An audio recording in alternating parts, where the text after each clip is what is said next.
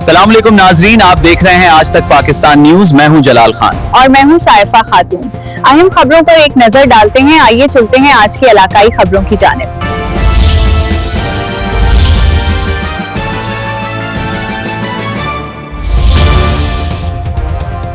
फैसलाबाद से एक अहम खबर सामने आई है, जहां समनाबाद के इलाके बिलाल चौक में वाक़ फर्नीचर की दुकान पर एक शख्स ने मुबैना तौर पर इंतहाई चालाकी से लाखों रुपए मालियत का आईफोन चोरी कर लिया।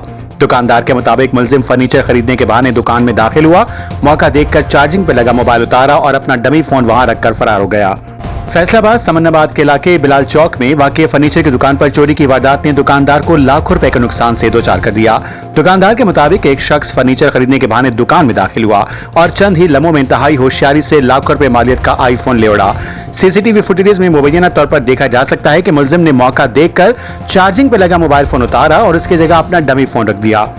मुलजिम की इस कार्रवाई का दुकानदार को फौरी तौर पर इल्म न हो सका, ताहम बाद में मोबाइल फोन गायब होने पर सीसीटीवी फुटेज देखी गई, जिससे वारदात की तफसीलात सामने आई।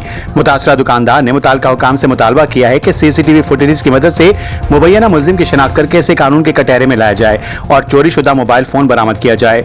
दुकानदार ने दीगर कारोबारी हजरात से भी अपील की है कि दुकान पर आने वाले अजनबी अफराद के मामले में एहतियात बरतें और कीमती मोबाइल फोन और दीगर सामान को महफूज रखें।